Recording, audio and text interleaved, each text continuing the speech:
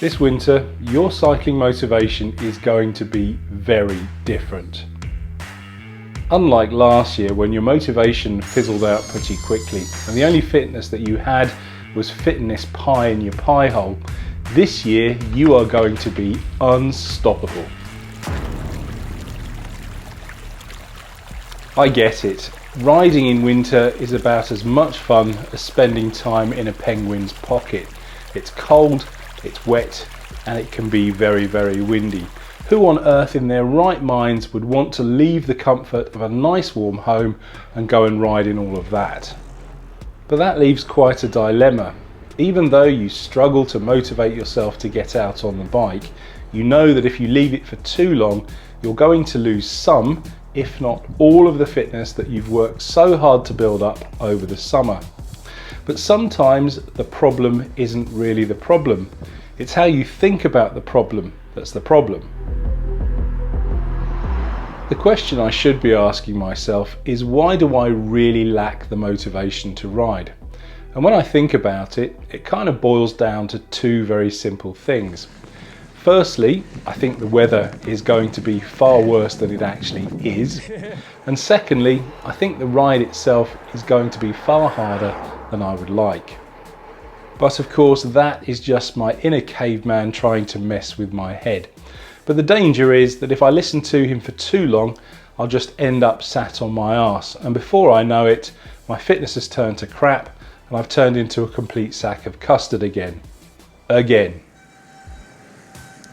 Sadly, there's not a lot we can do about the weather, apart from dressing up warm or maybe even jetting off somewhere for some winter sun. But what we do have complete control over, though, is how hard our rides are going to be. And once I realised that, it was a kind of light bulb moment for me. At the risk of sounding rather stupid, summer and winter cycling are very different. For me, cycling in the summer is all about going out, enjoying the weather, having fun, building up my fitness, and maybe even pushing myself a little bit to do one or two challenges. The mistake that I've been making is trying to carry that mindset over into the winter. And when I fail miserably at doing that, I just end up losing all motivation to do any cycling at all. Typically, I would set myself a very high ambitious target for my winter off-season. So for example, cycling 3,000 kilometers between the end of October and the beginning of February. And even the individual rides had to be quite tough, so riding 50 or 60 kilometers. And then when I came to do them, I felt very discouraged because I wasn't overly enchanted at the thought of riding in the cold and wet, suffering for hours on end on a tough hilly route. That just sounded far too painful. But that wasn't usually the end of it. Because I had bail on the ride, or because I'd kidded myself that I'd do it tomorrow, that just put added unnecessary pressure on myself to get the ride done. And me being the stubborn donkey that I am, that just made me feel even more lazy. And so began a vicious circle of self-loathing and a one-way ticket to Crapsville. Population, me.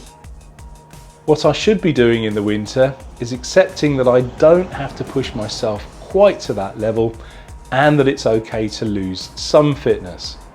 At the end of the day, I'm not an elite racing cyclist. I'm just some fat bloke in his 50s that enjoys cycling for fun and general fitness. I'm not out to compete with anyone except myself, and I certainly don't have anything to prove to anyone. So it shouldn't matter one iota if I can't go out in mid-December and smash the record on a local time trial course. I'll leave that for Billy Big Bananas. If any of this is sounding familiar, then do yourself a massive favour, take a step back and tell yourself that it's okay to do easy rides. It's far better to actually do an easy 20-kilometre ride rather than plan an ambitious, hilly 50-kilometre route and then not ride it because you found something more important to do, like Googling pictures of cats riding penny farthings.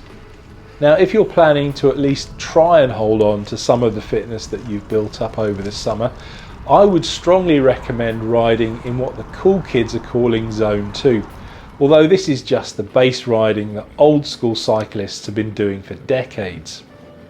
And if you want to get a bit technical, Zone 2 is riding between 60 and 70% of your maximum heart rate. And most cycling computers these days will be able to display that. But if you want to go even more old school, it's when you can ride along and still talk in complete sentences. The beauty of Zone 2 is that it feels very easy. In fact, it feels so easy you might think that it's not actually doing anything for your fitness, and it's just a load of useless, trendy nonsense. But trust me, stick with it.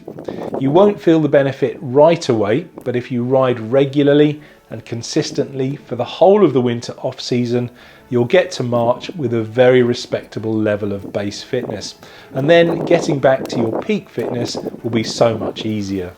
And because your mindset has shifted from one where you're focused on pushing yourself hard all the time to one where you're consciously trying to slow yourself down, this can be a very powerful psychological motivator.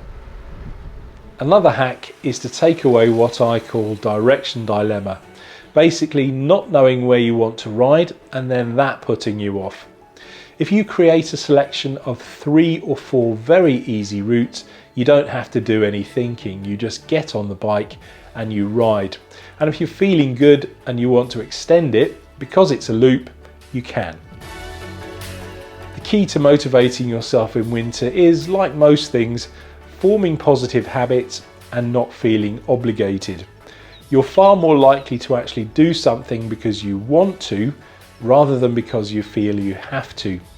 Just remember that you are the one in control, and you can choose the level of intensity that best suits your mood. Hopefully that's a couple of Jedi mind tricks to motivate you this winter. But what about the body? If you'd like to know what to wear to stay warm on the bike when the temperature drops, click on the video just here.